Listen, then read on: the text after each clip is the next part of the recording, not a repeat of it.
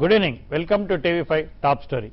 Uniform civil code తరచుగా చర్చకు వస్తున్న ఈ అంశం ప్రభుత్వాలకు కొరకరాని కొయ్యగా మారింది. ఒకే దేశం ఒక విధానం అమలు చేయడంలో తప్పేముందని వాదించిన భిన్న సంస్కృతులు విభిన్న సంప్రదాయాలతో డైవర్సిటీకి మారుపేరుగా నిలుస్తున్న భారతదేశంలో ఉమ్మడి పౌరస్మృతి అమలు చేయడం సాధ్యమా? మైనార్టీల హక్కులు తమ ఆచారాలు తెర మీదకు వస్తున్నాయి. వారి మనోభావాలు సైతం కాపాడాల్సిన బాధ్యత పాలకులపై ఉంది. దీంతో సహజంగానే యూనిఫామ్ సివిల్ కోడ్పై రాజకీయంగా నిర్ణయం తీసుకోలేకపోతున్నారు. ఇలాగైతే ఎప్పటికీ పరిష్కారం లేని సమస్యగానే ఇది ఉండిపోతుందా? సుప్రీంకోర్టు నుంచి హైకోర్టుల వరకు సివిల్ కోడ్పై కేసులు విచారణలో ఉన్నాయి. గతంలో ఎన్నో సూచనలు చేశాయి. మరోసారి విడాకుల కేసు విచారణలో భాగంగా ప్రభుత్వానికి సూటిగా సుప్రీం ప్రశ్నించింది. కామన్ సివిల్ కోడ్పై వైఖరిని చెప్పాలని స్పష్టం చేసింది. దీంతో మరోసారి చర్చనీయాంశంగా మారింది. సైద్ధాంతికంగా యూనిఫామ్ సివిల్ కోడ్కు అనుకూలంగా ఉండే బీజేపీ దీనిపై నిర్ణయం తీసుకుంటుందా? అమలు చేస్తామని చెప్పిన బీజేపీ ఎందుకు జాప్యం చేస్తోంది? ఇందులో అడ్డంకులేంటి? ఇదే అంశంపై వాళ్ళ టాప్ స్టోరీలో చర్చిద్దాం.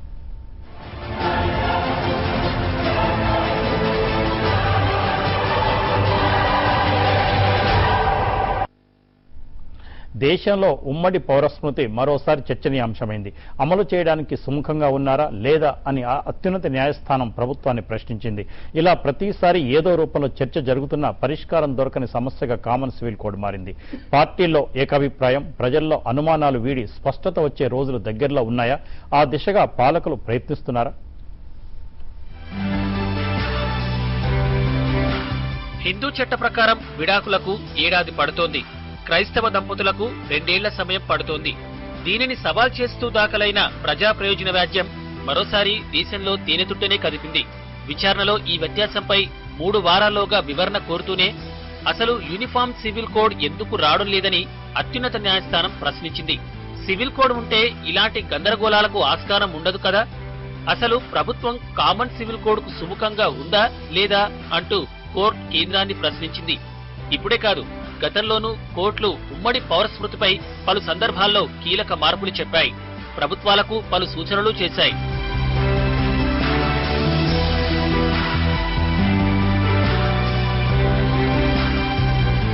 కోర్టుల సంగతి పక్కన పెడితే దీనిపై దేశవ్యాప్తంగా భిన్నాభిప్రాయాలు ఉన్నాయి. ఒకే దేశంలో ఉంటున్న వారందరికీ కామన్ కోడ్ ఉండడంలో తప్పేంటన్న వాదనలు బలంగా ఉన్నాయి. బీజేపీ సైద్ధాంతికంగా బలపరుస్తుంది. ఇటీవల ఎన్నికల ప్రచారంలో అమలు చేస్తామని హామీ కూడా ఇచ్చింది. పరివార్ సంస్థలు సివిల్ కోడ్ తీసుకురావాలని పట్టుబడుతున్నాయి. సంకీర్ణ ప్రభుత్వం సాకుగా తప్పించుకుంటుందన్న అభిప్రాయం పరివార్ అనుబంధ సంస్థల్లో బలంగా ఉంది. దేశంలో పౌరులంతా రాజ్యాంగానికి లోబడి చట్టం ముందు సమానమేనని చెబుతున్నారు. రాజ్యాంగంలోని 44వ అధికరణం, పీఠిక కూడా కామన్ సివిల్ కోడ్ ఉండాలని సూచిస్తున్నాయని వారంటున్నారు.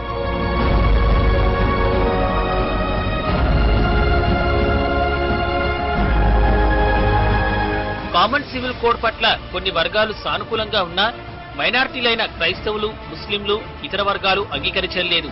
వారికంటూ కొన్ని కట్టుబాట్లు, సంప్రదాయాలున్నాయి. వాటికి లోబడి మాత్రమే ఉంటామని చెబుతున్నారు. తరాలుగా వస్తున్న ఆచారాలు పాటించడంలో తప్పేముందని ప్రశ్నిస్తున్నారు. దేశంలో హిందూ చట్టాలు అధికంగా ఉన్నాయని వాటిని తమపై బలవంతంగా రుద్దే ప్రయత్నమన్న వాదనలు కొన్ని వర్గాల నుంచి వినిపిస్తున్నాయి. అయితే ఏదైనా దేశంలో మూలాలను బట్టి చట్టాలు పుడుతుంటాయి. ఇందులో తప్పేముందని హిందూ సంస్థలు చెబుతున్నాయి. అయినా హిందూ చట్టాలు బలవంతంగా రుద్దమని పట్టుబడటం లేదు. రాజ్యాంగానికి లోబడి కామన్ సివిల్ కోడ్ అమలు చేయాలని మాత్రమే డిమాండ్ చేస్తున్నామని హిందూవాదులు, పరివార్ సంస్థలు చెబుతున్నాయి.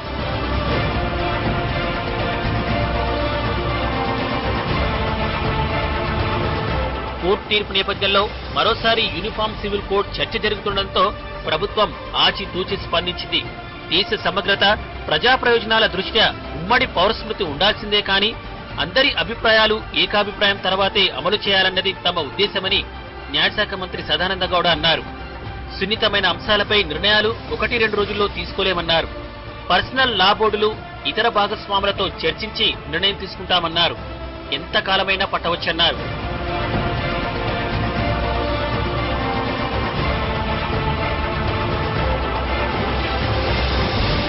వివాహం, విడాకులు, దత్తత, భరణం వంటి అంశాలతో ముడిపడి ఉన్న యూనిఫామ్ సివిల్ కోడ్ పై చాలా కాలంగా చర్చ జరుగుతూనే ఉంది.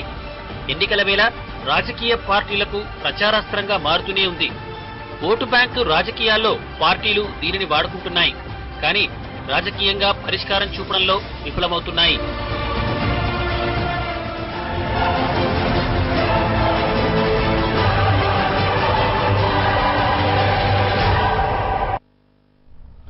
ముఖ్యంగా ఈ మధ్య సుప్రీంకోర్టు ఒక క్రిస్టియన్ మతానికి సంబంధించిన విడాకుల కేసులో కేంద్ర ప్రభుత్వాన్ని కామన్ సివిల్ కోడ్పై అభిప్రాయం చెప్పాలని కోరింది.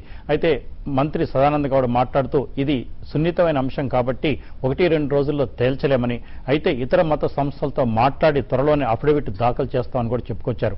అసలు కామన్ సివిల్ కోడ్ అంటే ఏమిటి, దీనివల్ల ఎవరికి లాభం ఎవరికి నష్టం, దేశ పౌరులందరికీ ఒకే కామన్ సివిల్ కోడ్ ఉండటం అవసరమా, రాజ్యాంగంలో 44 అధికారం ఏం చెప్తోంది, ఇదే అంశాలపై మనతో మాట్లాడడానికి ప్రముఖ బీజేపీ నేత అధికార ప్రతినిధి రఘునందన్ రావు గారు ఉన్నారు. అలాగే సురేష్ మనోహరన్ క్రైస్తవ మత ప్రబోధకులు, అలాగే సిరాజ్ ఉర్ రహమాన్ ప్రముఖ ముస్లిం నేత జనరల్ సెక్రటరీ యుఐఆర్సీ నుంచి మనకున్నారు. ఎస్ రఘునందన్ రావు గారు, మీరు న్యాయవాది కూడా, అంటే సుప్రీంకోర్టులో కేసు ఏమని పడింది, సుప్రీంకోర్టు ఎటువంటి డైరెక్షన్స్ ఇవ్వబోతోంది, ముఖ్యంగా కేంద్రం నుంచి అఫిడవిట్ కోరుతోంది. అంటే బీజేపీ అధికారంలోకి రాకముందు అనేక సంవత్సరాల నుంచి కామన్ సివిల్ కోడ్ ఉండాలి అని చెప్తున్నారు. కామన్ సివిల్ కోడ్ తేవడంలో ముఖ్య ఉద్దేశం ఏంటి, ఏమేమి అంశాలు ఉంటాయి దీంట్లో? కామన్ సివిల్ కోడ్ అనేది భారతీయ జనతా పార్టీ అధికారంలోకి వచ్చిన తర్వాతనో లేదా నరేంద్ర మోడీ గారు అధికారంలోకి వచ్చిన తర్వాతనో వచ్చినటువంటి అంశం కాదు. భారత రాజ్యాంగం రాసినప్పుడు పెద్దలు బాబాసాహెబ్ అంబేద్కర్ గారు చాలా స్పష్టంగా చెప్పినారు. కాన్స్టిట్యూషనల్ ప్రియంబుల్లో కూడా చాలా స్పష్టంగా ఒక దేశం, ఒకటే జెండా, ఒకటే ప్రధాని, ఒకటే చట్టం ఉండాలనేటువంటి అంశాన్ని కాన్స్టిట్యూషన్ ప్రియంబుల్లో నాడు అంబేద్కర్ గారు చెప్పడం జరిగింది. దాన్నే మళ్ళీ ఆర్టికల్ 44కి వచ్చినప్పుడు చాలా స్పష్టంగా కేటగారికల్గా ఈ దేశంలో ఒక కామన్ సివిల్ కోడ్ ఉండేటువంటి విషయాన్ని ఆ రోజు చెప్పడం జరిగింది. దేశ మొదటి ప్రధాని జవహర్లాల్ నెహ్రూ గారు కానీ, అంబేద్కర్ గారు కానీ ఆ రోజు ఉన్నటువంటి వివిధ మత సంస్థల్ని, ఇటు లెఫ్ట్ అటు రైట్ అన్ని సంస్థల్ని రిప్రజెంట్ చేసిన వాళ్ళు మొట్టమొదటిసారిగా 1956లో కామన్ సివిల్ కోడ్ ఉండాలనేటువంటి చర్చ భారతదేశంలో ప్రారంభమైంది పండిట్ జవహర్లాల్ నెహ్రూ గారు ప్రధానిగా ఉన్నప్పుడు. ఇది కొంతకాలం సాగిన తర్వాత ఆ రోజు రకరకాల కారణాల చేత కాన్స్టిట్యూషన్లో రాయబడినటువంటి ప్రియంబుల్లో ఉన్నప్పటికీ ఆర్టికల్ 44లో క్లియర్గా చెప్పబడినప్పటికీ కూడా కామన్ సివిల్ కోడ్ని తీసుకొచ్చే దిశగా కేంద్ర ప్రభుత్వం చేసినటువంటి పనులు సక్సెస్ కాలేకపోయినాయి అనేది వాస్తవం. సరే, ఆ రోజు బీజేపీ ఉందా లేదా, ఆ రోజు మరి కాంగ్రెస్ పార్టీ తీసుకొస్తా అంటే ఎవరు అడ్డుదన్నారు, these are all the issues to be debated. అయితే ఏం జరిగింది అంటే కొంతకాలం తర్వాత 1985లో జస్టిస్, ఆ రోజు supreme court chief justice of India ఉన్నటువంటి జస్టిస్ వైవి చంద్రచూడ్ గారు ఒక జడ్జిమెంట్ ఇచ్చినారు. ఏ సందర్భంలో అంటే అది మహమ్మద్ ఇక్బాల్ వర్సెస్ షాబాను అనేటువంటి ఒక కేసు సుప్రీంకోర్టుకు వచ్చినటువంటి కేసులో ఆ రోజు జస్టిస్ చంద్రచూడ్ గారు ఒక జడ్జిమెంట్ చెప్పినారు. దాంట్లో ఏం చెప్పినారంటే డైవర్స్ పొందిన తర్వాత ముస్లిం మహిళ షాబాను ఎవరైతే ఉన్నారో వారు భరణం పొందొచ్చా పొందరాదా అనేది లాజికల్గా పంచాయతీ జరిగింది. సో దాంట్లో భరణం పొందడానికి వారికి ఎలిజిబిలిటీ ఉంటుంది అనేది ఆ రోజు జడ్జిమెంట్ చంద్రచూడ్ గారు చెప్తే దేశంలో ఉన్నటువంటి కొన్ని ముస్లిం పర్సనల్ లా బోర్డులు కానీ ఇతరత్ర సంస్థలు కానీ ఆ రోజు అధికారంలో ఉన్నటువంటి కాంగ్రెస్ పార్టీ మీద ఒత్తిడి తీసుకొచ్చి ఇది మా వ్యక్తిగత వ్యవహారాలలో మా ఇస్లాం పర్సనల్ లా విషయం లోపల మీరు ఇన్వాల్వ్ అవుతున్నట్టు అవుతుంది, దీన్ని ఇంప్లిమెంట్ చేయొద్దు అని దేశవ్యాప్తంగా ఒక ఆందోళన తీసుకొచ్చినారు. సరే, సుప్రీంకోర్టు క్లియర్గా చెప్పింది ఆ రోజు ఇది ఒక షాబానుకే వర్తించదు, ఆర్టికల్ 44 ఆఫ్ ద కాన్స్టిట్యూషన్ కూడా చెప్తుంది, భారతదేశ రాజ్యాంగాన్ని కాదని చెప్పి మీరు పనిచేయడం అనేది సరి అయింది కాదని చెప్పి 85లో మొట్టమొదటిసారిగా సుప్రీంకోర్టు ఒక జడ్జిమెంట్ ఇచ్చింది. తర్వాత కాలం గడిచింది, 10 సంవత్సరాలు దాన్ని అట్లే మరుగున పెట్టినాయి ప్రభుత్వాలు. తర్వాత కొంతకాలానికి ఇంకొక 10 సంవత్సరాలు జరిగిన తర్వాత మళ్ళీ మద్గల్ అనేటువంటి ఒక కేసు వచ్చింది. ఈ కేసులో ఏం జరిగిందంటే ఒక హిందూ తన మొదటి భార్య బతికుండగానే మొదటి భార్యతో విడాకులు తీసుకోకుండానే ఆయన రెండో పెళ్లి చేసుకున్నాడు. ఆ మొదటి భార్య సుప్రీంకోర్టు గారికి కేసు కంటిన్యూ చేసింది. ఇష్యూ ఏం చేసిందంటే ఈ మద్గల్ అనేటువంటి వ్యక్తి ఏం ప్లీ తీసుకున్నాడంటే కోర్టుకు వచ్చి, నేను బై బర్త్ హిందూని కానీ నేను ముస్లింకి కన్వర్ట్ అయినాను, నేను ముస్లింకి కన్వర్ట్ అయినట్టు కాబట్టి నాకు ఇస్లామిక్ లా వర్తిస్తుంది, ఇస్లాం ప్రకారం నేను 2, 3, 4 పెళ్లి చేసుకునేటువంటి అవకాశం ఉంది, కాబట్టి ఐ కెనాట్ బి ట్రీటెడ్, నా మీద 498A 494 అనేటువంటి ఈ సెక్షన్స్ ఏవైతే పెట్టినారో ఇవి నాకు చెల్లుబాటు కావు, ఎందుకంటే నేను ఇస్లాం స్వీకరించినాను అని చెప్పి ప్లీ తీసుకున్నాడు. అప్పుడు కూడా మళ్ళీ సుప్రీంకోర్టు కేటగారికల్గా చెప్పింది, ఆర్టికల్ 44 చెప్పినట్టు మీరు ఒక కామన్ సివిల్ కోడ్ తీసుకురావడానికి ఎందుకు ప్రయత్నం చేయరు అని చెప్పినారు. 85 నుంచి ఇది ఒక 10 ఏళ్లకు మళ్ళీ ఒకసారి జడ్జిమెంట్ వచ్చింది, మళ్ళీ అయిపోయినాక మళ్ళీ 2003లో మళ్ళీ వచ్చింది, 2003లో మళ్ళీ సుప్రీంకోర్టు ఫుల్ బెంచ్ మళ్ళీ ఒక జడ్జిమెంట్ ఇచ్చింది. ఇకపోతే నిన్న సోమవారం రోజు సుప్రీంకోర్టులో జరిగిన డిస్కషన్లో ఒక క్రిస్టియన్ మిత్రుడు సుప్రీంకోర్టుకు వచ్చినాడు. ఏమడిగినాడు ఆయన, ముస్లింస్లలో అయితే సార్ 5 నిమిషాల్లో విడాకులు తీసుకుంటున్నారు, ఇంకో పెళ్లి చేసుకుంటున్నారు, వెళ్ళిపోతున్నారు. హిందువుల్లో అయితే భార్యాభర్తలు ఏడాది కాలం సెపరేట్ ఉన్నట్టయితే వాళ్ళకు విడాకులు ఇవ్వమని కోర్టు చెప్తుంది. అదే క్రిస్టియన్ లాకి వచ్చినప్పుడైతే the divorce act 1869 of Christian law section 10A sub clause 1 ప్రకారం భార్యాభర్తలు ఇద్దరు 2 సంవత్సరాలు సెపరేట్ ఉన్న తర్వాత వారికి విడాకులు వేసుకునేటువంటి అర్హత వస్తుంది. అర్హత విడాకులు రావు సాంబశివరావు గారు, అర్హత 2 years ఆఫ్ సెపరేషన్ ఉండాలి, హిందువులలో 1 year ఉండాలి. ఇస్లాంలో అయితే మీకు తెలిసి తలాక్ అని 3 సార్లు ఒక కాజీ గారి దగ్గరికి పోయి చెప్పేస్తే తలాక్ వచ్చేస్తుంది. అక్కడ దే కెన్ బి సెపరేటెడ్. ఇక్కడ 1 year అన్నారు, ఇక్కడ 2 years అన్నారు. 2 years తర్వాత ఫ్యామిలీ కోర్టు, జిల్లా కోర్టు, జిల్లా జడ్జి గారు ఎవరో డైవర్స్ ఇస్తారు. ఇచ్చిన తర్వాత it has to be confirmed again by the high court. So నాకు ఇది అన్యాయం జరుగుతుంది, ఈ దేశంలో ముస్లింకి ఒకలా ఎందుకు, హిందూకి ఒకలా ఎందుకు, క్రిస్టియన్ అయినందుకు నేను 2 సంవత్సరాలు ఎందుకు విడాకులు తీసుకోకుండా ఆగాలి నా భార్య నుంచి అనే ప్రశ్న ఆయన సుప్రీంకోర్టు తలుపు తట్టినప్పుడు సుప్రీంకోర్టు కేంద్ర ప్రభుత్వాన్ని సొలిసిటర్ జనరల్ని అడిగిన ప్రశ్న ఏంటంటే, ఈ దేశంలో కామన్ సివిల్ కోడ్ ఉండాలనా వద్దా, ఓకే, మీ అభిప్రాయం ఏంటి అనేది 2 రోజులలో చెప్పండి అని నిన్న 3 వారాల్లో చెప్పండి అని నిన్న సుప్రీంకోర్టు అడిగింది. దానికి సదానంద గౌడ గారు స్పందించింది ఏంటంటే, ఇప్పటికే భారతీయ జనతా పార్టీ మీద మీకు తెలుసు, ఇష్టమున్నా కష్టమున్నా చాలా మంది చాలా రకాలైనటువంటి బురద జల్లేటువంటి కార్యక్రమాలు చేస్తా ఉన్నారు. సాఫ్రనైజేషన్ ఆఫ్ ద కంట్రీ అంటాడు ఒక ఆయన, విద్యా వ్యవస్థ లోపల సాఫ్రనైజేషన్ వచ్చింది అంటాడు, ఇంకొక ఆయన ఇంకొకటి చెప్తాడు. అదే ఇట్లా రకరకాలైనటువంటి ఆరోపణలు వస్తున్నాయి. 1 sentence I will conclude. Sadananda Gowda గారు చెప్పింది ఏంటంటే, దేశ ప్రధాని, దేశ కేబినెట్ తో పాటు కామన్ సివిల్ కోడ్ తెస్తే ఎవరెవరికైతే ఎఫెక్ట్ అవుతుందో, మీరు ఇందాక ఇంట్రోలో చదివినట్టు ముస్లిమ్స్ కానీ, క్రిస్టియన్స్ కానీ, ఇతర మత పెద్దలకు ఎవరికైతే అభ్యంతరాలు ఉన్నాయో వారందరితో ఒక విస్తృత చర్చ జరిగిన తర్వాత definitely we are for common civil code అనేది నిన్న సదానంద గౌడ గారు చెప్పిన విషయం. టాప్ సైడ్ లో ఒక చిన్న బ్రేక్ తీసుకుందాం. బ్రేక్ తర్వాత సిరాజ్ ఉర్ రహమాన్ గారు ముఖ్యంగా ముస్లిమ్స్ పర్సనల్ లాలో ఏం చెప్తున్నాయి, హిందూ పర్సనల్ లా ఏం చెప్తున్నాయి, కామన్ సివిల్ కోడ్ తేవడానికి లేదా వస్తే ఎవరికి నష్టం, ఏ మేరకు నష్టం, ఇవన్నీ అంశాలు మొన్న సోమవారం సుప్రీంకోర్టులో జరిగిన వాదనలు, ముఖ్యంగా కామన్ సివిల్ కోడ్పై అధికారం ఉన్న బీజేపీ ప్రభుత్వాన్ని సుప్రీంకోర్టు ప్రశ్నించింది. కామన్ సివిల్ కోడ్ 44 అధికరణం రాజ్యాంగంలో కూడా ఉందని చెప్తున్నారు. అయితే రఘునందన్ రావు గారు దాదాపు 3 కేసులు, ముఖ్యమైన కేసులు చెప్తూ కామన్ సివిల్ కోడ్ సుప్రీంకోర్టులో ఎప్పుడెప్పుడు చర్చకు వచ్చింది, ఏమేమి అడిగారనేది కూడా మనకు తెలియజేశారు. ఇప్పుడు సిరాజ్ ఉర్ రహమాన్ గారు, ఎస్, కామన్ సివిల్ కోడ్ ఇప్పుడు రఘునందన్ రావు గారు స్పష్టంగా చెప్పారు, అంటే వివాహం కానీ, విడాకులు కానీ, లేకపోతే భరణం కానీ, ఈ 3 విషయాలే ఉంటాయి. ఇంకేమైనా సివిల్ కోడ్, కామన్ సివిల్ కోడ్లో అభ్యంతరాలు ఉన్నాయా? బిస్మిల్లాహ్ రహమాన్ రహీం. మనందరి సృష్టికర్త అయినటువంటి దైవం పేరుతో ప్రారంభిస్తున్నాను. టీవీ5 ప్రేక్షక మహాశయులందరికీ ధన్యవాదాలు తెలియజేసుకున్నాను. ముఖ్యంగా కామన్ సివిల్ కోడ్ సంబంధించినటువంటి చర్చ ఏదైతే ముందుకు కొనసాగుతుందో, ముఖ్యంగా ఇస్లాం ధర్మంలో కామన్ సివిల్ కోడ్కు సంబంధించి ఏదైతే కొన్ని అభ్యంతరాలు, తర్వాత దీనికి సంబంధించినటువంటి సమాచారాన్ని తెలియజేసే ప్రయత్నం నేను చేస్తాను. ముఖ్యంగా ఇది మన పవిత్ర భారతదేశం, హిందూ ముస్లిం మరియు క్రైస్తవుల మిశ్రమ సమాజం. హిందూ ముస్లిం క్రైస్తవులు ఎంతో సోదరభావంతో జీవితం గడిపేటటువంటి ఒక గొప్ప ఆధ్యాత్మిక దేశం మనది. సోదరభావంతో మనం ముందుకు కొనసాగుతున్నాం. దీనికి సంబంధించి స్వామి వివేకానంద వారు మారుతున్న సమాజానికి శాశ్వత విలువలు అనేటటువంటి పుస్తకంలో పేజీ నెంబర్ 374లో ఇలా అన్నారు: మన మాతృభూమికి 2 గొప్ప మతాలు, ఒకటి హిందూ మతం, 2 ఇస్లాం. వేదాంతం బుద్ధి అయితే ఇస్లాం శరీరం, ఇదే ఒక ఆశనాలు మిగిలిపోయిందని చెప్పారు స్వామి వివేకానంద వారు. మరి ఈ కామన్ సివిల్ కోడ్ అనేటటువంటి విషయం ఇది ఇప్పుడు మన బీజేపీ గవర్నమెంట్ ఫామ్లోకి వచ్చినటువంటి తర్వాత చెప్పేటువంటి విషయం కాదు. రఘునానంద్ గారు చెప్పినట్టుగా చాలా కొన్ని సంవత్సరాలుగా ఈ యొక్క విషయం ముందుకు కొనసాగుతుంది. అయితే ముఖ్యంగా మనం తెలుసుకోవాల్సిన విషయం ఏమిటంటే, మన భారతదేశంలో మనమంతా కూడా హిందూ, ముస్లిం, సిక్, ఇసాయి అందరం కూడా మనం కలిసి సోదరభావంతో మనం జీవితం గడుపుతున్నాం. మరి ముఖ్యంగా చార్మినార్కే చార్ సిఫాయి, హిందూ, ముస్లిం, సిక్, ఇసాయి అనేటటువంటి నినాదంతో మనం ముందుకు కొనసాగుతున్నాం. అయితే మరి ఒకరి విశ్వాసాలకు సంబంధించి మరొకరు ఎంత చక్కగా, ఎంత స్పష్టంగా అర్థం చేసుకుంటే మనలో అంత అవగాహన ఉంటుందని నేను ఆశిస్తున్నాను.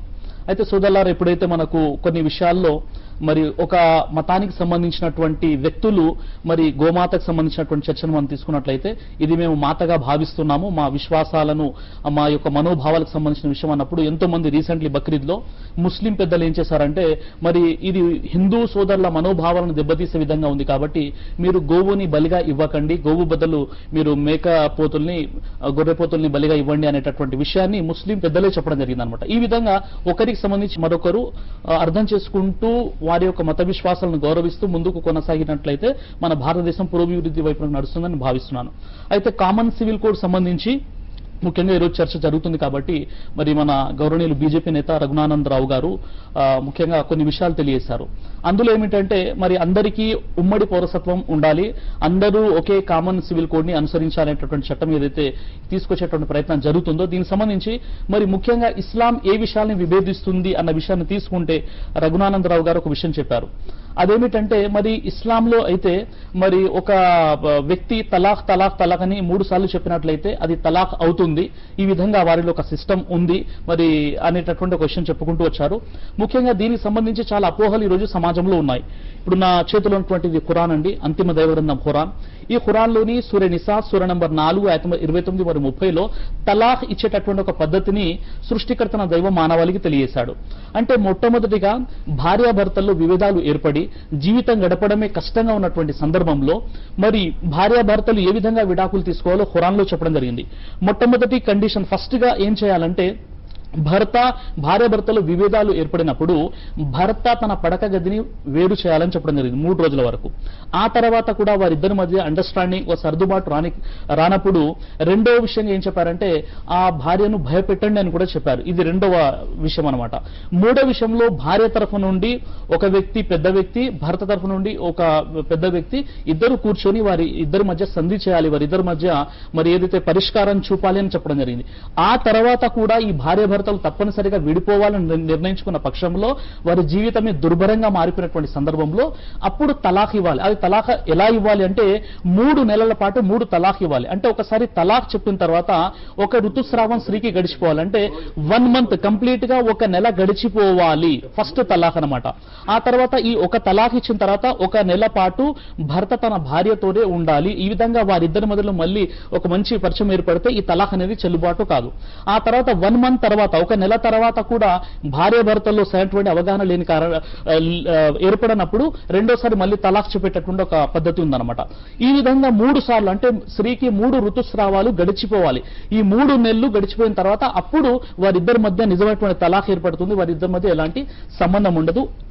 ఇది మాత్రమే ఇస్లాం ధర్మం చెప్పేటటువంటి తలాక్. కానీ ఈ రోజు కొంతమంది వాట్సాప్ లో లేదా ఫేస్బుక్ ద్వారా చీటీ రాసి ఇవ్వడం, ఫోన్లో తలాక్ చెప్పడం, ఈ 3 సార్లు తలాక్ తలాక్ తలాక్ చెప్పడం ఇస్లాం ధర్మంలో ఎక్కడ కూడా ఈ సాంప్రదాయం లేదు. కొంతమంది అజ్ఞానులు ఇస్లాం ధర్మ పరిజ్ఞానం లేని కారణంగా కొంతమంది ముస్లిం సమాజంలో ఉన్నటువంటి విషయం ఇది. కానీ ఇస్లాంలో ఇలాంటి విషయాలు లేవు. కాబట్టి ఇస్లాంలో చాలా స్పష్టంగా తలాక్ యొక్క పద్ధతి ఖురాన్లో రహమాన్ గారు ఇప్పుడు రఘునందన్ రావు గారు చెప్పినట్టుగా లేదా సుప్రీంకోర్టు చెప్పినట్టుగా లేదా అధికరణం 44 రాజ్యాంగం ఉన్నట్టుగా విడాకులు తీసుకునే చట్టం, కామన్ చట్టం ఏది పెడితే బాగుంటుంది? మీరు చెప్పినట్టుగా భార్యాభర్తల మధ్య సయోధ్య కుదరనప్పుడు, వారిద్దరూ కలిసి జీవించలేని పరిస్థితులు ఏర్పడినప్పుడు ఇద్దరి అంగీకారంతో లేదా కోర్టు జోక్యంతో లేదా పెద్దల ఆర్బిట్రేషన్ సహాయంతో వారిద్దరూ విడాకులు తీసుకోవటం వరకు ముస్లిం మతం ఒప్పుకుంటుంది, హిందూ మతం ఒప్పుకుంటుంది, క్రిస్టియన్ మతం కూడా ఒప్పుకుంటుంది.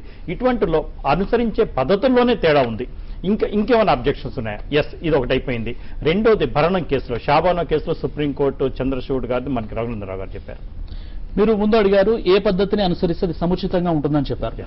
చూడండి, ఇప్పుడు మానవులు తయారు చేసుకున్నటువంటి చట్టాలలో లోపభూయిష్టంగా ఉండేటటువంటి అవకాశాలు ఉన్నాయన్నమాట. అంటే మానవులు ఏదైతే చట్టాలని ప్రవేశపెట్టారో, మానవులు ఏదైతే పద్ధతుల్ని సృష్టించారో అందులో మానవులకు లోపభూయిష్టం ఉండేటటువంటి అవకాశం ఉంటుంది. ప్రపంచవ్యాప్తంగా ముస్లింలందరూ కూడా ఖురాను గ్రంథాన్ని దైవ గ్రంథంగా విశ్వసిస్తున్నారు. కాబట్టి మానవుని యొక్క సైకాలజీ, మానవుని యొక్క మనస్తత్వం దైవానికి తెలుసు. కాబట్టి మరి విడాకులైనా వివాహమైనా ఎలా ఉండాలి అనేది శాస్త్రాల ప్రకారంగా చూడాలి. ఒక విషయం చెప్తున్నాను, మరి శాస్త్రాల ప్రకారంగా మనం చూసినట్లయితే భగవద్గీత గ్రంథం 16-24 శ్లోకంలో తస్మాత్ శాస్త్రం ప్రమాణంతే కార్య అకార్య వ్యవస్థితో జ్ఞాత్వా శాస్త్ర విధానోక్తం కర్మ కర్తు మిహరసై. నీవు చేయనదియు చేయరానిదియు నిర్ణయించినప్పుడు శాస్త్రము నీకు ప్రమాణమై ఉన్నది. నీవు ఏమి చేసినను శాస్త్రాన్ని అనుసరించి కర్మ చేయవలను అని భగవద్గీత అంటుంది. ఒకవేళ దీన్ని వ్యతిరేకంగా జరిగితే ఏమవుతుంది అంటే భగవద్గీత 16-23 శ్లోకంలో ఏ శాస్త్ర విధి ముతృజ వర్తతే కామకారత నా సిద్ధి మావాప్నోతి నా సుఖం నా పారంగతి. ఎవరైతే శాస్త్రాన్ని విడిచిపెట్టి కర్మ చేస్తారో, కొన్ని పద్ధతుల్ని సృష్టించుకుంటారో వారికి ఇహలోకంలో శాంతి సుఖం ఉండదు, పరలోకంలో ముక్తి ఉండదని చాలా స్పష్టంగా మనకు భగవద్గీత గ్రంథం చెప్తుంది. ఇదే విషయం ఖురాన్ కూడా చెప్తుంది. గారు ముఖ్యంగా క్రైస్తవ మత గ్రంథం అంటే దాంట్లో బైబిల్లో ఏముంది అంటే దాంట్లో వివాహం గురించి కానివ్వండి, విడాకుల గురించి కానివ్వండి, భరణం గురించి కానివ్వండి, ప్రవర్తించే తీరు కానివ్వండి, ఎంతమంది భార్యలను చేసుకోవచ్చు, ఎట్లా అంటే ఇవన్నీ చూస్తుంటే నాకు ఇంకొక డౌట్ కూడా వస్తుంది. హిందూ మతంలో కానీ, ముస్లిం మతంలో కానీ, క్రైస్తవుల్లో కానీ అంటే మీరు ఇంకా చెప్పలేదు కాబట్టి స్త్రీకి సంబంధించిన హక్కులు ఇందుట్లో నాకు అనిపించట్లేదు.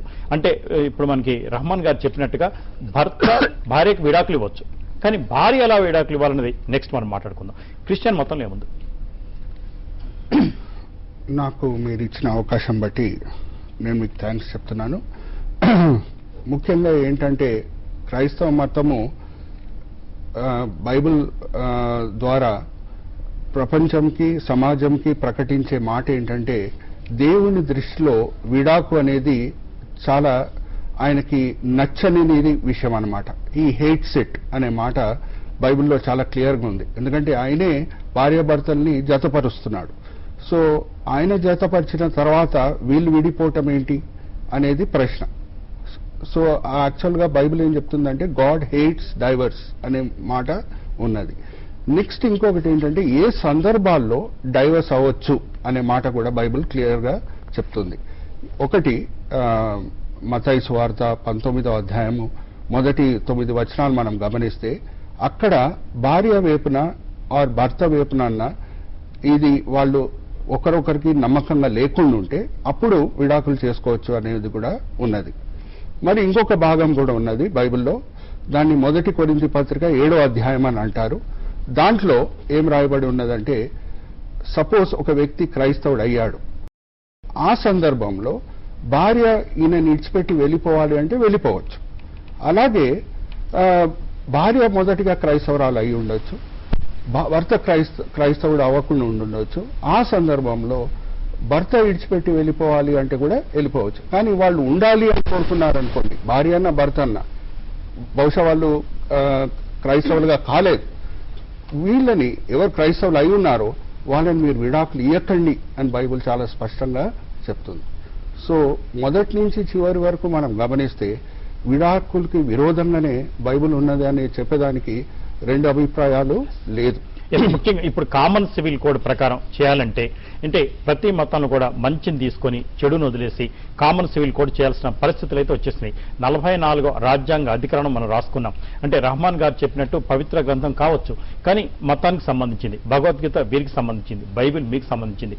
ఈ మూడిట్లో ఉన్న మంచిని అందరూ ఫాలో కావచ్చు, కానీ అందరూ కూడా భారతదేశంలో పుట్టిన ప్రతి ఒక్కరు కూడా కుల మత ప్రాంత రహితంగా ఫాలో అవ్వాల్సింది రాజ్యాంగం. ఇటువంటి పరిస్థితుల్లో 44వ అధికరణం కింద రాజ్యాంగం రాసుకొని రాజ్యాంగం ప్రకారమే మనం ఇవాళ శిక్షలు వేసుకుంటున్నాం, రాజ్యాంగం ప్రకారమే గవర్నమెంట్ ఏర్పరచుకుంటున్నాం, రాజ్యాంగం ప్రకారమే మనం ఉంటున్నాం. ఇటువంటి పరిస్థితుల్లో కామన్ సివిల్ కోడ్ తేవడం వల్ల ఏ అంశాలు ముఖ్యంగా క్రైస్తవులకు ఇబ్బంది కలిగే అంశాలు ఉన్నాయి? ఈ కామన్ సివిల్ కోడ్ ఒక రకంగా మనం చెప్పాలి అంటే ఉద్దేశం చాలా మంచిది. దాంట్లో రెండు అభిప్రాయాలు లేనే లేదు. ఉద్దేశం అయితే మంచిది, ఎందుకంటే సమాజంలో ఏ నాయకుడన్నా సమాధానం కోరుకుంటాడు. సో సమాధానం కోరుకొని దీన్ని ఇంట్రడ్యూస్ చేసిన చట్టం ఆర్ ఇంట్రడ్యూస్ చేయాలి అని కోరుకుండే చట్టం. కానీ మీకు తెలుసు, నాకు తెలుసు, ఇంగ్లీష్లో చెప్పాలంటే there is no panacea for all diseases అని అంటారు. సర్వరోగ నివారిణి అనేది ఎదియూ లేదు, ఇప్పటి వరకు మనిషి కనుక్కోలేదు. ఇంకొక విషయం ఏంటంటే సమాజంగా మనం గమనిస్తే భారతదేశము ఒక విషయం బట్టి అతిశయిస్తుంది. యూనిటీ ఇన్ డైవర్సిటీ అని అంటుంటాం మనం, భిన్నత్వంలో ఏకత్వం అని మనం చెప్తూ ఉంటాం. సో ఈ విషయాలు కూడా దెబ్బతింటాయి యూనిఫామ్ సివిల్ కోడ్ తీసుకొని వస్తూ ఉంటే.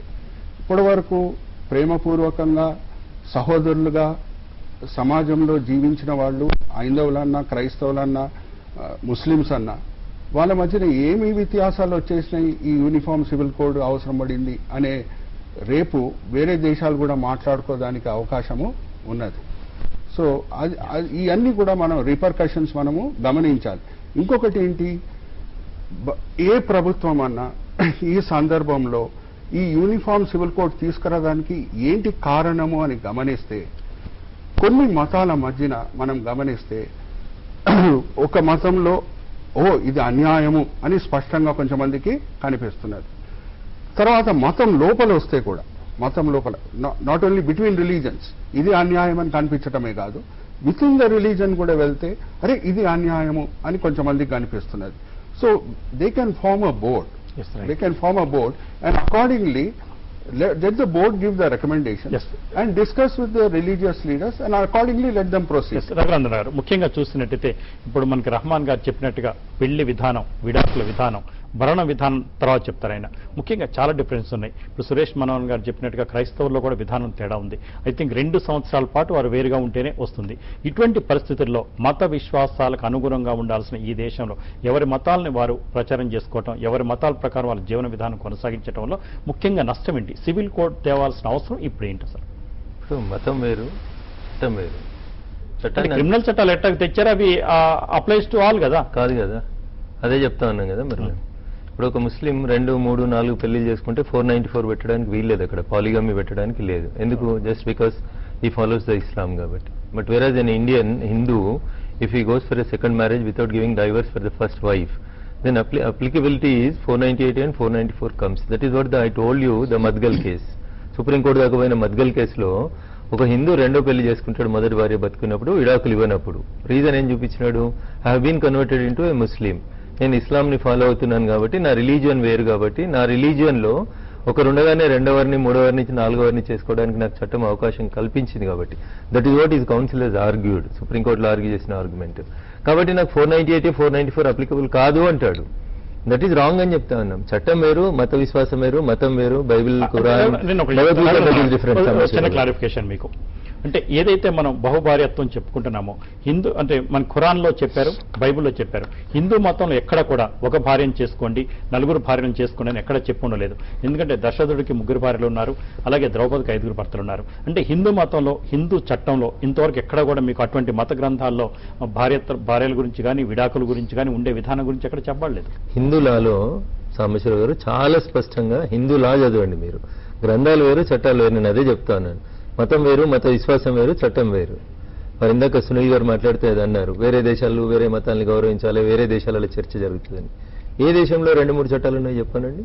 The so called advanced countries, if you take America, England, Australia, ఏ దేశంలో అయినా ఎక్కడైనా కామన్ సివిల్ కోడ్ ఒకటే ఉంటుంది. యూనిఫామ్ సివిల్ కోడ్ అని చెప్తారు. భారతదేశం మొత్తంలో మన దగ్గరలో ఉన్నట్టు ఇట్లా మతాలు విశ్వాసాలు వేరువేరు చెప్పుకుంటారు, కానీ ప్రపంచంలో ఏ ప్రజాస్వామిక దేశంలో ఒకటి కంటే ఎక్కువ సివిల్ కోడ్ లేదు. ప్రపంచంలో లేదు అని చెప్తా ఉన్నాను నేను. Advanced countries, if you take America, England, Australia, there are no different civil codes like this. అంతేందుకు పక్కన ఉన్నటువంటి సౌదీ అరేబియన్ కంట్రీస్ తీసుకోర్రి. If you permit me 2 seconds I let you know, భారతదేశానికి స్వాతంత్రంకి వచ్చే కంటే ముందు 1947 కంటే ముందు పాకిస్తాన్, ఇండియా 2 వేరు దేశాలు కాదు. 1947లో మనం సెపరేట్ అయినాం, ఇండియా పాకిస్తాన్ 2 సెపరేట్ అయినాయి. 1947లో సెపరేట్ అయిన తర్వాత పాకిస్తాన్ ముస్లిం పర్సనల్ లాస్ ని రివైవ్ చేసింది, కొత్త చట్టాలని రాసుకుంది. 1970లో ఒక కొత్త చట్టం తెచ్చింది పాకిస్తాన్ దేశం. ఏమని? మొదటి భార్య బతుకున్నప్పుడు రెండో పెళ్లి చేసుకోవాలనుకుంటే ముస్లిం, పాకిస్తాన్ గురించి చెప్తా ఉన్నా నేను. What the act of Islamic act of 1967 of Pakistan speaks is, he must take a permission from a government appointed arbitration council in writing before going for the second marriage. 1967లో పాకిస్తాన్లో పాకిస్తాన్ దేశస్థులు ముస్లిం పర్సనల్ లాని సవరించి చేసుకున్నటువంటి చట్టం ప్రకారం మొదటి భార్య బతికుండగా రెండో పెళ్లి చేసుకోవాలని అనుకుంటే ఆ దేశస్థురాలైనా ఇంకో దేశస్థురాలైనా వారు ప్రభుత్వం అపాయింట్ చేసినటువంటి ఆర్బిట్రేషన్ కౌన్సిల్ దగ్గర నుంచి రాతపూర్వకమైనటువంటి పర్మిషన్ తీసుకున్న తర్వాతనే ఆ పెళ్లి చేసుకోవాలి. ఇది 1967 పాకిస్తాన్ రాజ్యాంగంలో అమెండ్ వచ్చింది. నేనేమంటున్నాను, 1947లో భారతదేశం పాకిస్తాన్ 2 విడిపోయినప్పుడు, 2 ఒకే రకమైనటువంటి చట్టాలని మనం ఫాలో అవుతున్నప్పుడు, పాకిస్తాన్ లాంటి ఇస్లామిక్ మనకంటే గొప్ప వాళ్ళు ఇస్లాంని నమ్మి చేసుకుంటున్నటువంటి దేశంలోనే ముస్లిం పర్సనల్ లాని అమెండ్ చేసుకున్నప్పుడు వాట్ మేడ్ ఇండియా? ఇక్కడెందుకు దాని గురించి చర్చ జరిగితే ఇబ్బంది పడతా ఉన్నారు? ఎవరు ఇబ్బంది పడతా ఉన్నారు? ఇంకా చాలా ఇస్లామిక్ కంట్రీస్ ఉన్నాయి ఇక్కడ, like Tunisia, Turkey, where polygamy was abolished. Polygamy అనేది రద్దు చేయబడ్డది టునీషియా లాంటి దేశంలో, టర్కీ లాంటి దేశం లోపల, సౌత్ యెమెన్లో, సింగపూర్లో, ఇవన్నీ చోట్ల కూడా 1970లో ముస్లిం పర్సనల్ లాస్ ని అమెండ్ చేసినారు. 4 దేశాలు చెప్తున్నాను, Tunisia, Turkey, South Yemen and Singapore. All reformed their Muslim laws in the year 1970s. Right? Although Iran appears to have been black side in this respect, in the end of the argument it is quite clear. If Muslim countries can reform Muslim personal law, if Western democracies have fully secular systems, then why are the Indian Muslims living under the laws passed in the year 1930s? Islamic కంట్రీసే ఇస్లాంని మనకంటే గొప్పగా పాటిస్తున్నాయని దేశాలే ఇస్లాం చట్టాలని మార్చుకుంటే మనం మాత్రం 1930లో చేసినటువంటి చట్టాన్ని ఎందుకు ఫాలో కావాలి? అసలు సెక్యులరిజం అర్థమైంది సాంబశివరావు గారు? Secularism, what it clearly speaks in the constitution is, Indian secularism means equal treatment of all religions by the state. ప్రభుత్వము అన్ని మతాలను సమానంగా చూడాలి అని చెప్తుంది. అంతేగాని మీరు ఒక కులంలో పుట్టినారు లేదా ఒక మతంలో పుట్టినారు కాబట్టి మీకు ఒక ప్రత్యేకమైన చట్టం, నేను ఇంకొక మతంలో పుట్టినా కాబట్టి నాకు ఇంకొక ప్రత్యేకమైన చట్టం, వారు ఇంకొక మతంలో పుట్టినారు కాబట్టి ఇంకొక ప్రత్యేకమైన చట్టం. ప్రపంచంలో ఏ దేశంలో ఉందేమో చెప్పమనండి. when no other democratic country is following 2 civil codes or 3 civil codes, what is the difference between other countries and India? Yes. What made India to have 2 or 3 common civil codes? ఒక second, Pentapati Pullarao గారు లైన్లోకి వచ్చారు, మళ్ళీ మీకే ఇస్తాను. ప్రముఖ విశ్లేషకులు పెంటపాటి పుల్లారావు గారు ఢిల్లీ నుంచి మనకు ఫోన్ లైన్లో ఉన్నారు. పుల్లారావు నమస్కారం. నమస్కారం. పుల్లారావు గారు, ఈరోజు చూసినట్టయితే రఘునందన్ రావు గారు బీజేపీ నుంచి మాట్లాడడం మీరు ఏనే ఉంటారు బహుశా ఫోన్ లైన్ లో. సుప్రీంకోర్టు మొన్న సోమవారం నాడు అంటే కేంద్ర ప్రభుత్వాన్ని అడిగింది కామన్ సివిల్ కోడ్ ప్రవేశపెట్టడానికి ఉన్న ముఖ్య అవరోధాలు ఏంటి, 44 రాజ్యాంగం ఏం చెప్తోందని చెప్తా ఉన్నారు. ముఖ్యంగా మనం ముస్లిం మత పెద్దలు కానీ క్రిస్టియన్స్ కానీ లేదా హిందూస్ కానీ కూర్చొని కామన్ సివిల్ కోడ్ చేయడానికి ఏమైనా అవకాశం ఉందంటారా, లేక బీజేపీ పార్టీ ఎన్నికల ప్రసంగంలో చెప్పినట్టుగా కామన్ సివిల్ కోడ్ వైపు మొగ్గు చూపుతుందా, ఇందులో ఏమైనా రాజకీయ అంశాలు ఏమైనా ఉన్నాయా? First and foremost supreme court చాలా ఈజీగా కూర్చొని మీరు గవర్నమెంట్ ఇలా చేయండి ఎందుకు చేసలేదు అదగటం ఈ విషయంలో కరెక్ట్ కాదు. వాళ్ళకంత బిలీఫ్ ఉంటే వాళ్ళే ఈ కాన్స్టిట్యూషన్ లో ఉన్న 44 ఇంప్లిమెంట్ చేయని వాళ్ళు ఒక ఫైండింగ్ ఇవ్వచ్చు. గవర్నమెంట్ మీద తోసేయటం కరెక్ట్ కాదు. రెండో పాయింట్, ఇది కరెక్ట్ టైమా కాదా? నా అభిప్రాయంలో ఇది కరెక్ట్ టైం కాదు. మూడో పాయింట్, ముఖ్యంగా సివిల్ కోడ్ ఎక్కడంటే అందరూ ఫీల్ అవ్వేది మ్యారేజెస్ లో, అడాప్షన్ లో, అలాంటి విషయాల్లో మనం కొంచెం రూల్స్ అమెండ్ చేయొచ్చు, అందరినీ కన్విన్స్ చేయొచ్చు. అన్నింటికంటే నాలుగో విషయం ఏంటంటే, మన మిత్రుడు చెప్పారు ఫ్రాన్స్ లో అమెరికాలో యూనిఫామ్ సివిల్ కోడ్ ఉన్నది కదా అన్నారు.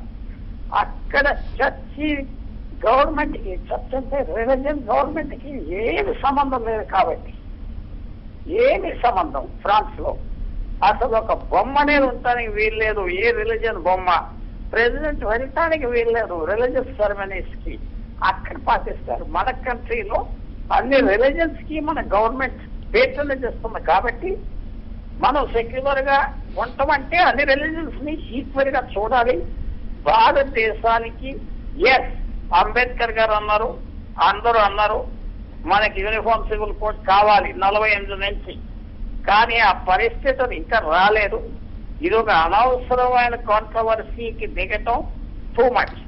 పుల్లారావు గారు, స్వాతంత్రం వచ్చి ఇన్ని రోజుల తర్వాత కూడా భారతదేశంలో పౌరులందరికీ ఉమ్మడి పౌరస్మృతి లేకపోవడం ఇంకా లేట్ అయింది అని చెప్పాలి, కానీ ఇంకా టైం వస్తుంది అండి. ఇప్పటికే విభిన్న మనస్తత్వాలు, విభిన్న సంస్కృతుల మధ్య అందరూ ఒకేలా. ఇప్పుడు రఘునందన్ రావు గారు చెప్పినట్టుగా, అంటే ఒక మతంలో పుట్టిన వారు రెండో భార్యను చెప్పకుండా చేసుకున్నట్టయితే వారికి విధించే శిక్ష వేరే మతం 4 వరకు అలౌ చేస్తున్నారు. అంటే ఏది మంచిది, ఏది చెడ్డది, సమాజం పురోగమించడానికి ఏది మంచిది, భారతదేశ చట్టాలకు ఏది మంచిది, భారతీయ పౌరులకు ఏది మంచిది అనే ఆ కూర్చొని ఆలోచించుకొని కామన్ సివిల్ కోడ్ కి ముస్లిం పెద్దలు కానీ లేదా హిందూ పెద్దలు కానీ క్రిస్టియన్ పెద్దలు కానీ అందరూ కూర్చొని యూనిటీ వచ్చి కామన్ సివిల్ కోడ్ తేవాల్సిన పరిస్థితులు ఇంకా ఎప్పుడు వస్తాయంటారు? అవి ఎప్పుడు వస్తాయి? 1 సంవత్సరంలో రావచ్చు, 10 సంవత్సరాల్లో రావచ్చు, రాకపోవచ్చు. కరెక్ట్ టైం కాదు. అనేటప్పటికీ ఈ పరిస్థితులు లేవు ఇవాళ భారతదేశంలో. ఈ పరిస్థితులు యాక్ట్ మార్చడానికి ఆ టైంలోనే అంబేద్కర్ గారు ఉన్నప్పుడు, నెహ్రూ గారు ఉన్నప్పుడు చేయలేకపోయారు. ఇప్పుడు ఇలాంటి విషయాలు రావడానికి చాలా ప్రిపరేషన్ ఇది కూడా ఆర్టికల్ లో పెట్టుకున్నాం, కానీ ఇదే 1985 లో 16 జీవో ఇచ్చి అమలు పరచకపోతేనే ప్రాంతీయ భావాలు రెచ్చగొట్టబడి చివరికి ఏమైందో మనకు తెలుసు. థ్యాంక్ యూ సార్, చర్చలో పాల్గొన్నందుకు. అది వారి అభిప్రాయం అయి ఉండొచ్చు, కానీ నేనేమంటున్నాను సార్, కాన్స్టిట్యూషన్ డిమాండ్స్ ఇట్. పొద్దున్నేస్తే ఏం మాట్లాడతాం మనం? భారత రాజ్యాంగం మీద ప్రమాణం చేస్తాం, భారత రాజ్యాంగం. కామన్ సివిల్ కోడ్ అంటే వారి మతంలో ఒకటి ఉంది, వారి మతంలో ఒకటి ఉంది, హిందూ మతంలో వేరేగా ఉంది. ఈ మూడింటిని కలిపి ఏది మంచిది ఏది చెడ్డదని ఎలా చూస్తారు? అంటే ఖురాన్ని వాళ్ళు 100% నమ్ముతారు, 100% ఫాలో అవుతారు. చిన్న డైవర్షన్ కూడా ఒప్పుకోరు. రాజ్యాంగం మార్చుకున్నాం కానీ ఖురాన్ వాళ్ళు 80% మార్చుకోరు. అలాగే బైబుల్ని మార్చుకునే తత్వం కూడా వాళ్ళకి లేదు. ఇటువంటి పరిస్థితుల్లో వీరందరినీ ఒక తాటిపేదకు తెచ్చి ఇది కరెక్ట్ ఇది కరెక్ట్ కాదు అని ఎలా చెప్పగలరు? మెజారిటీ హిందువులు కాబట్టి, చట్టాలు చేసే వాళ్ళు హిందువులు కాబట్టి, అంత ప్రభుత్వం హిందువులు కాబట్టి హిందూ చట్టం అమలు చేయాలంటారు మీరు? ఎందుకు ఇట్లా చర్చను తప్పుదోవ పట్టిస్తారు మీలాంటి పెద్దలు చదువుకున్న వాళ్ళు కూడా? సాంబశివరావు గారు, బీజేపీ 1956 కంటే ముందు లేదా భారత రాజ్యాంగాన్ని రాసింది బీజేపీలు కాదు కదా. ఏం చెప్పిండు అంబేద్కర్ గారు? ఏడికెళ్ళి తెచ్చారు రాజ్యాంగాన్ని? అంతకంటే ముందు పనుల్ని పాలించిన దేశాలు ఏంది? రాజ్యాంగం రాయడానికి ఒక కమిటీ చేశారు. కమిటీలో చాలా మంది వకీళ్లు, మేధావులు కూర్చొని ప్రపంచ దేశాలలో ఉన్న అన్ని రాజ్యాంగాలు చదివిన తర్వాత అది తీసుకొచ్చారు. నేను వారి ఖురాన్ని మార్చుకోమని వారిని అడిగినా, లేదా వీరు బైబిల్ మార్చేయమని అడిగినా, వారిని ప్రార్థన చేయొద్దని నేను చెప్పినా, ఇంకొక మతాన్ని నేను గౌరవించనని చెప్తున్నానా? ఏం చెప్తా ఉన్నారు? ఈ దేశంలో ఉన్న పౌరులందరికీ ఒక చట్టం ఉంటుంది, చట్టం వేరు మతం వేరు అంటున్నా నేను.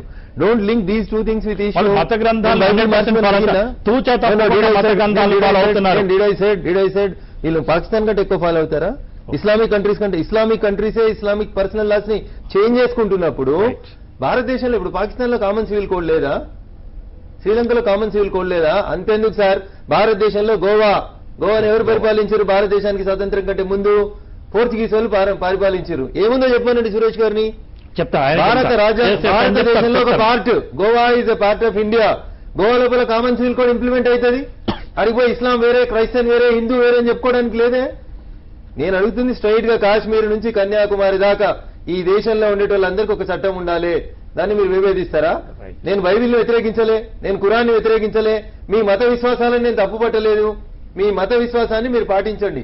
మతం వేరు, చట్టం వేరు అని నేను మళ్ళీ చెప్తా ఉన్నాను. సదానంద గౌడ్ గారు కూడా నిన్న చెప్పింది ఏంటంటే అందరితో కన్సల్ట్ చేయాల్సిందే, చేయకుండా అబ్రప్ట్ గా ఈరోజు సుప్రీంకోర్టు చెప్పింది కాబట్టి రేపే చట్టం తీసుకొస్తామని చెప్పట్లేదు. ఏసింది పబ్లిక్ డొమైన్ లో ఉండాల్సిందే, చర్చ జరగాల్సిందే, మంచిని స్వీకరించాల్సిందే. మంచి అనిపించకపోవచ్చు, సుప్రీంకోర్టులో చూసినటువంటి జడ్జి గారికి అది సరైనది కాదనిపించవచ్చు. ఒకరికి ఏడాది తర్వాత విడాకులు రావడం, ఇంకొకరికి 2 సంవత్సరాల తర్వాత రావచ్చు, ఇందాక వారు చెప్పినట్టు 3 నెలల తర్వాత రావచ్చు. ఈ డిస్క్రిమినేషన్ ఎందుకు ఉండాలి అంటున్నాను. ఈ డిస్క్రిమినేషనే ఉండకూడదు అంటున్నారు. సుప్రీంకోర్టు ఉన్నది ఎందుకు? భారత రాజ్యాంగాన్ని రాసుకున్నది ఎందుకు?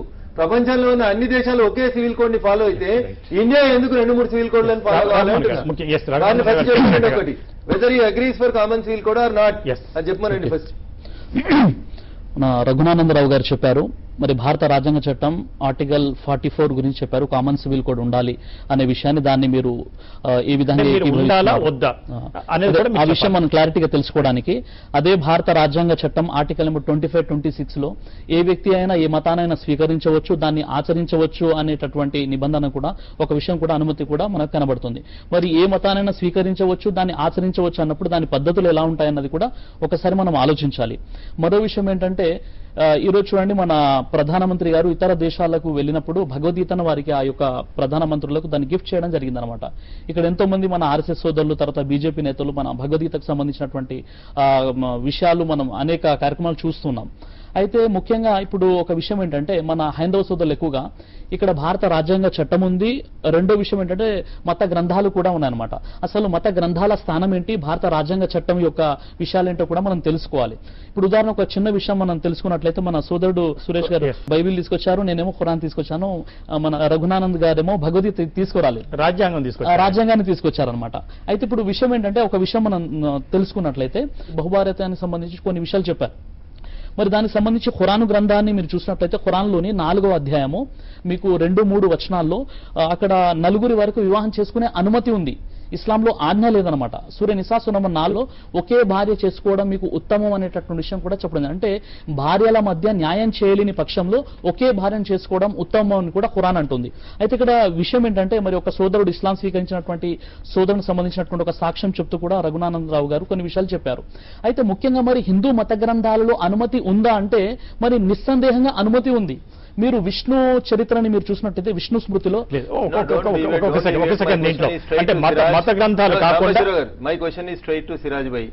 పాకిస్తాన్ లాంటి ఇస్లామిక్ కంట్రీస్ లో ముస్లిం లాస్ అన్ని సవరించబడి కొత్త చట్టాలు వచ్చినప్పుడు 1947లో విడిపోయి పాకిస్తాన్ భారతదేశం 2 అయినాయి. వారు చెప్తున్నటువంటి ఇస్లామిక్ చట్టం 1930, అంతకుముందు పాకిస్తాన్ భారతదేశం 2 ఫాలో అయ్యేటి. వీరు చెప్పేటువంటి క్రిస్టియన్ల 1869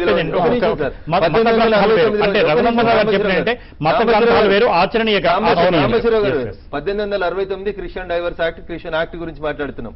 1930 ఇస్లాం లా గురించి మాట్లాడుతున్నాం. భారత రాజ్యాంగం అమల్లోకి వచ్చిన తర్వాత హిందూ లాస్ అన్ని సవరించబడ్డాయి. 18వ శతాబ్దంలో ఉన్నటువంటి హిందూ లాస్ అన్ని సవరించబడ్డాయి.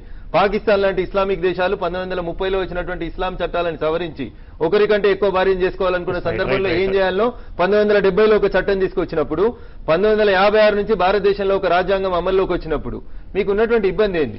వారు మాట్లాడితే ఇందాక సందర్భం లేకుండా కూడా గోవాద గురించి మాట్లాడిండ్రు. గోవాద గురించి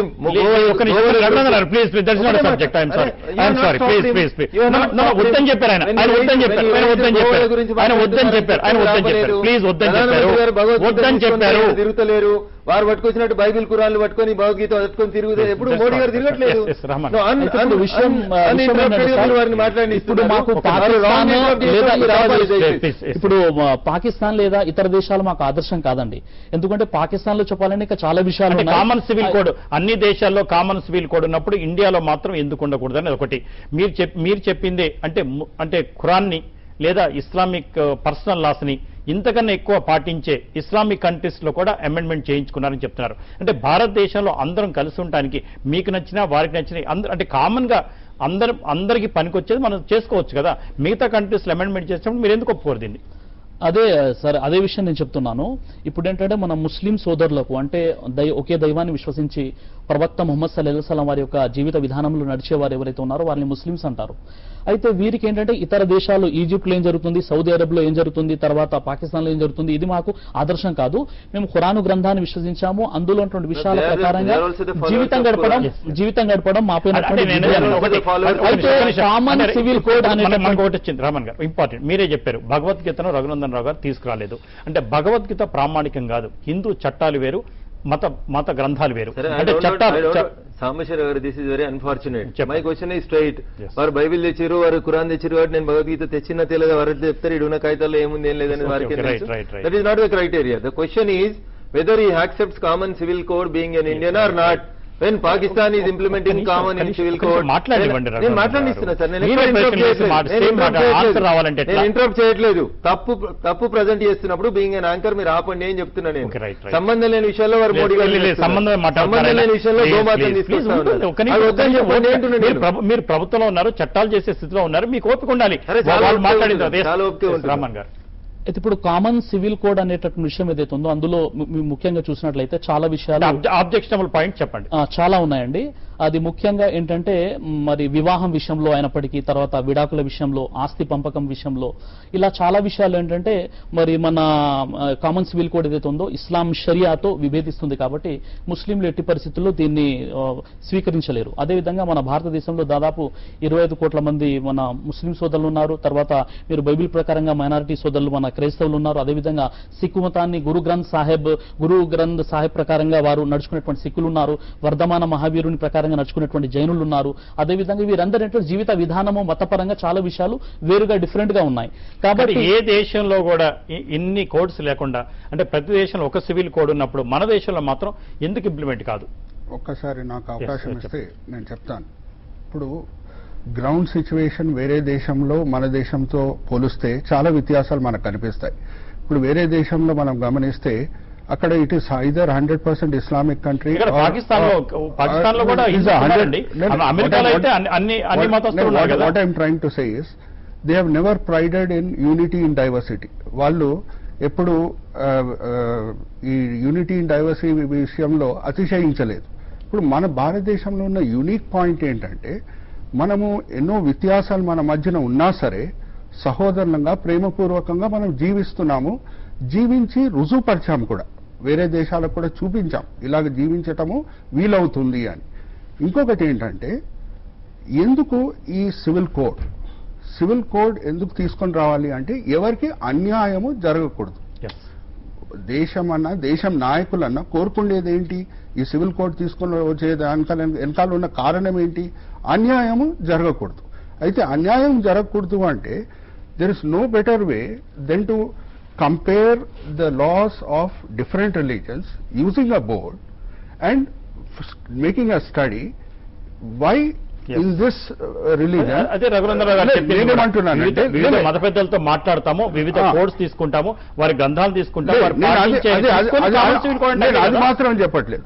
నేనేమంటున్నానంటే మతాల మధ్యన ఉన్న వ్యత్యాసం, భారతదేశం చట్టము మతాల మధ్యన ఒక్కరికి ఎందుకు ఇలాగా ప్రవర్తిస్తుంది, వీళ్ళతో ఎందుకు ఇలా ప్రవర్తిస్తుంది, వీళ్ళతో ఎందుకు ఇలా ప్రవర్తిస్తుంది అనే విషయం బట్టి ఒక బోర్డు ఉండని, వాళ్ళు స్టడీ చేయని, స్టడీ చేసి వాళ్ళ రికమెండేషన్.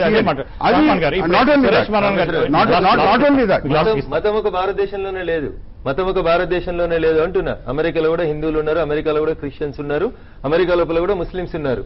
అన్ని మతాలు ఉన్నటువంటి దేశాలలో కామన్ సివిల్ కోడ్ ఉన్నప్పుడు ఒక భారతదేశంలోనే ఎందుకు డిస్క్రిమినేషన్ రావాలనేదే నా సూటి ప్రశ్న. దానికి చెప్పకుండా పెద్దలు సునీల్ గారైనా లేదా మిత్రుడు రెహమాన్ అయినా ఇష్యూని డైవర్ట్ చేయడం అనేది ఇప్పుడు రఘునందన్ రావు గారు చెప్పినట్టు, సురేష్ మనోహర్ గారు చెప్పినట్టు అంటే గ్రంథాలు వేరు, అనుసరించే పద్ధతి మీరు దాన్నే చెప్తా ఉంటున్నారు. అంటే ఫైనల్ గా ఏం కావాలంటే మాకు అంటే మీ దగ్గర ఉన్న మంచి, వీరి దగ్గర ఉన్న మంచి, వారి దగ్గర ఉన్న మంచి కలిసి ఒక కామన్ సివిల్ కోడ్ గా అంటే ఇప్పుడు ముఖ్యంగా స్త్రీల హక్కులు కానివ్వండి లేదా మతాల హక్కులు కానివ్వండి భంగం కాలేకుండా ఒక కామన్ సివిల్ కోడ్ తయారు చేయడంలో మీరు ముందుకు వస్తారా? ఇప్పుడు ఏదైతే కామన్ సివిల్ కోడ్ గురించి మనం మాట్లాడుకుంటున్నామో మరి చాలా స్పష్టంగా ఒక వ్యక్తి జీవన విధానంలో అతని యొక్క వ్యక్తిగత, కౌటుంబిక, సామాజిక, ఆర్థిక, జాతీయ అన్ని రంగాలలో కూడా ఏ ఏ విషయాలు అవసరమన్నా అన్ని విషయాలు కూడా ఖురాన్లో ఉన్నాయి. దాన్ని మేము విశ్వసిస్తున్నాం, పాటిస్తున్నాం. అదే నాలుగు గోడల మధ్యలో తలుపులు పెట్టుకొని ఎవరి మతాల్ని వారు పాటించుకుందాం, దానికి ఎవరికి అభ్యంతరం లేదు. You pray your own God, you trust on whatever the things you want to trust. But when you are coming out of your door, when you are coming out of your door, you should avoid the common civil code of the India. అంటే స్త్రీల హక్కులు కానివ్వండి, పేదల హక్కులు కానివ్వండి, లేదా డబ్బున్నవాడు లేనివాడు, అంటే what ever it may be, marriage కానివ్వండి, విడాకులు కానివ్వండి, భరణాలు కానివ్వండి, అంటే ఒక మనిషి జీవన విధానం ఒక మతంలో ఉంటే వేరే విధంగా, ఇంకో మతంలో ఉంటే వేరే విధంగా కాకుండా కామన్ సివిల్ కోడ్ అంటే ప్రజలందరికీ పనికొచ్చే మంచి తయారు చేయడానికి మీరు అనుమతిస్తారా? ఫైనల్. ఇప్పుడైతే మా విశ్వాసాలకు భంగం కలగకుండా ఉండే ప్రతి విషయాన్ని మేము యాక్సెప్ట్ చేస్తాము. రెండో విషయం ఏంటంటే సార్, ఇక్కడ ఉన్నటువంటి ముస్లిం సోదరులు ఇప్పుడు చూడండి, ఇప్పుడు ఇస్లాం షరియత్లో అంటే షరియత్ పరమైన ధర్మశాస్త్రపరమైనటువంటి విషయాలు చాలా ఉన్నాయి. కానీ ఏ ముస్లింలు కూడా మా షరియత్లో ఇలా ఉంది కాబట్టి ఇలా చేయండి అని ఎంతమంది అడుగుతున్నారు? ఒక విషయం ఇప్పుడు ఖురాన్ గ్రంథంలో 5వ అధ్యాయం 38వ వచనంలో దొంగతనం చేసిన వారికి హస్తాలు ఖండించడం ఉంది. ఇక్కడ ముస్లిం దాన్ని కోరుకుంటున్నారా? ఖురాన్లోని 24వ అధ్యాయం 2-3 వచనాలు వ్యభిచారం చేస్తే 100 కొరడాలు కొట్టండి అనేటటువంటి శిక్ష ఉంది. దాన్ని ముస్లింలు కోరుతున్నారా? అంటే ఇక్కడ ప్రస్తుతం ఉన్నటువంటి భారత రాజ్యాంగాన్ని గౌరవిస్తూ అందులో క్రిమినల్ చట్టాలు ఐపీసీ ఫాలో అవ్వాల్సిందే. మనకి ఇప్పటికే టైం అయిపోయింది. నేను అదే చెప్తాను సార్, సిఆర్పిసి ఐపీసీని మీరు ఫాలో కావాల్సిందే. మీ మత విశ్వాసాలన్నిటి మీ మందిరంలో చేసుకోవచ్చు, మీ ఇంట్లో చేసుకోవచ్చు. మీ కులంలో జరిగేటువంటి ఇతర సాంప్రదాయాలను ఎవరు వ్యతిరేకించట్లేదు. పరమత సహనం అనేది భారతదేశంలో ఉంది. మీరు బైబిల్ నేనేమంటున్నాను, భారత రాజ్యాంగంలో చెప్పిన కామన్ సివిల్ కోడ్ తేవడాన్ని ఎవరు వ్యతిరేకించడానికి వీల్లేదనేది సుప్రీంకోర్టు చెప్తా ఉంది. వారు బైబిల్ తెస్తే నేను బాధపడలే, పక్కనున్న పెద్ద మనిషి ఖురాన్ తెస్తే నేను బాధపడలే. కానీ వారు ఇద్దరు కలిసి నన్నేదో నువ్వు భగవద్గీత ఎందుకు తీసుకురాలేదని ప్రశ్నిస్తే వెరీ అన్ఫెయిర్. ఈ దేశంలో ఉండాలనుకుంటే భారత రాజ్యాంగాన్ని గౌరవించాల్సిందే. మీ ప్రార్థనల్ని మేము వద్దంటలేము, మీ మతాల్ని ఎవరు భంగపరుస్తలేరు. నాకు పరమత సహనం ఉంది కాబట్టి మీరేం తెచ్చినా నేను ఏమంటలేను, మీరేం చెప్పినా నేను వింటున్నాను. నేను చెప్పేది కూడా వినండి ఏం చెప్తా ఉన్నా మీకు. That is common civil code. ముఖ్యంగా రాజ్యాంగం అమల్లోకి వచ్చిన తర్వాత 3 సార్లు సుప్రీంకోర్టు షాబానో కేసు కానీ, ముద్గల్ కేసు కానీ, ఇతరత్ర మొన్న సోమవారం కానీ అధికరణం 44 కింద కామన్ సివిల్ కోడ్కు తేవడానికి కేంద్ర ప్రభుత్వం ఏమన్నా ప్రయత్నిస్తుందా అన్న తర్వాత ఈ చర్చ మనం ప్రారంభించాం.